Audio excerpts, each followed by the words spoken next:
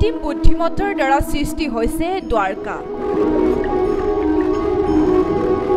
ভগৱান শ্ৰীকৃষ্ণৰ নগৰী আছিল দ্বাৰকা। গুজৰাটৰ আৰব সাগৰত বিলীন হৈছিল দ্বাৰকা। বৰ্তমান সময়ৰ আটাইতকৈ চৰ্চিত সৃষ্টিশীলতাৰ উৎপত্তিস্থল হৈ পৰিছে কৃত্ৰিম বুদ্ধিমত্তা বা আৰ্টিফিচিয়েল ইণ্টেলিজেন্স নামৰ বিজ্ঞানৰ শেহতীয়া চমকপ্ৰদ উদ্ভাৱনবিধ। এই আৰ্টিফিচিয়েল ইণ্টেলিজেন্সৰ দ্বাৰা অসম্ভৱকো সম্ভৱ যেন লগা ভিজুৱেল কণ্টেণ্ট সৃষ্টি কৰি অহা দেখা গৈছে।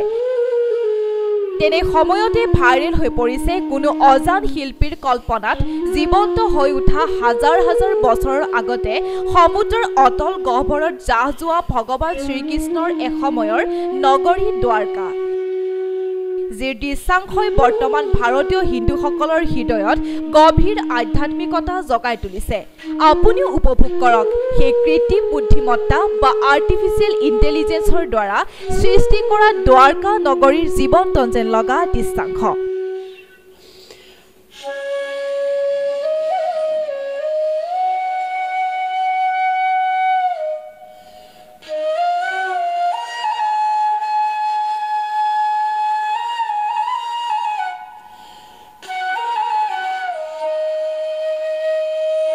News Desk Report, AIPL Live 24/7.